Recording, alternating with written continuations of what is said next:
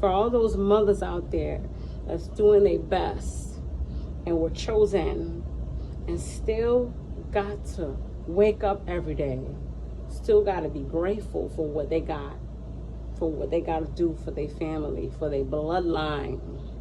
For those ones that are chosen, those moms that are chosen, and for those moms that were chosen when their babies were young, the Lord did you a kindness. Because now they're used to you and your prophetic ability. They're used to you hearing in the spirit. They're used to you being able to discern what has God's presence on it and what doesn't. They're used to you just randomly talking out of nowhere. They'll be used to you. They'll say, yeah, that's my mom. But for those ones, those woe to those mothers and woe to those children. Because there's a disconnect from the children not being spirit-led and the mothers and the fathers being spirit-led. Woe to them. They're going to feel like they're being attacked. They're not going to understand. They're going to want to leave. They're going to be angry. But when you get to that point, you start forgiving your enemies, you understand what the Lord said on the cross was true. Forgive them, Father. They don't understand. They don't know what they're doing. And you find joy in the Lord, real joy. When you get to that part, come over here and join me.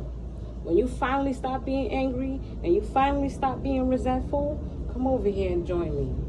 When you finally stop getting upset and responding to them voices, come over here and join me. When you know that they're evil spirits, but you also know that they're human too. You're not crazy. You know that it's real. You know that it's really happening. This is not a psychosis. You're not out of your mind. You know exactly what you're talking about. But you're going to go through some things because some people around you have never seen that before. I thank God every day that I was born in a Caribbean household. Why? Because we know what it's like to have spiritual warfare and spiritual battles. I'm Haitian. They do voodoo. Hispanic people, they do Santeria. They know exactly what it's like to want to choose demons first to get their enemies. When they choose God, you don't get your hands dirty. You don't get blood on your hands. It matters more when you choose the Lord. It matters so much to Him, so much to the heavenly angels. You don't want to have your spirit locked up in a cage for eternity because that's the route you chose to get rid of your demons. This is a message for somebody. Do not go back. Do not go back. Don't try to get revenge for your enemies. I know what they did was evil.